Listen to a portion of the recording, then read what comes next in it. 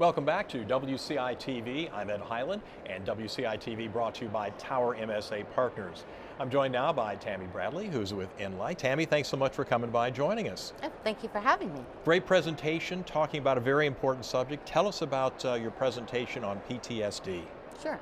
It's actually a panel discussion. There are four of us, two PhD psychologists, and then a pharmacist and myself. I joke I'm the only PhD in the group, but yeah, we're talking about PTSD, its prevalence, how to properly diagnose it, proper treatment, medications, as well as at the end, believe it or not, of the presentation, I'll talk a little about how you can perhaps prevent it after a traumatic event. Well, give us some thoughts as to why PTSD is becoming much more important to be discussed when it comes to workers' compensation. Yeah. I think really after the pandemic, you were seeing more and more, first responders, that were developing PTSD, and states started to recognize that. So I believe there's somewhere around 34 states that has some type of inclusion for mental disorders or mental injuries, particularly for first responders. What are some of the ways that workers and employers can work on addressing the PTSD needs? Yeah, well, I think first and foremost, I look at it from a prevention perspective, right?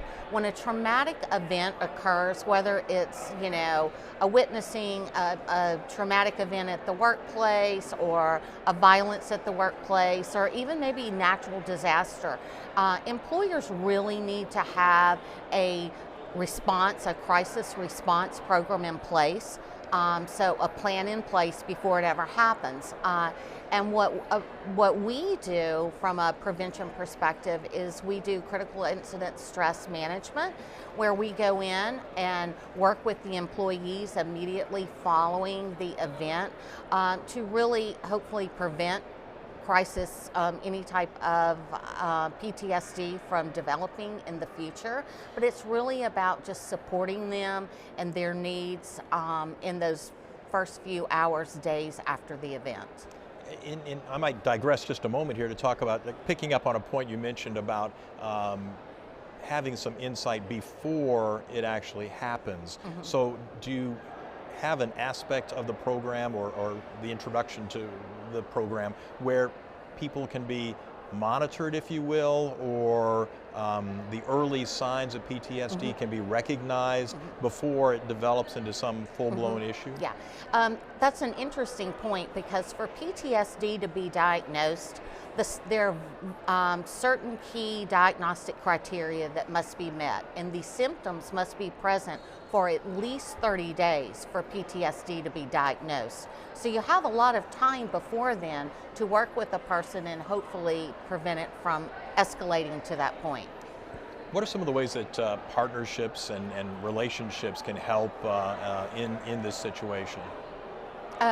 Just having that plan in place, having a partner in place that can come in and do that crisis response for you, where we call it psychological first aid, where you're supporting those employees. And really what we do, it's usually one or two, we do group meetings, we do individual meetings with individuals if they so wish.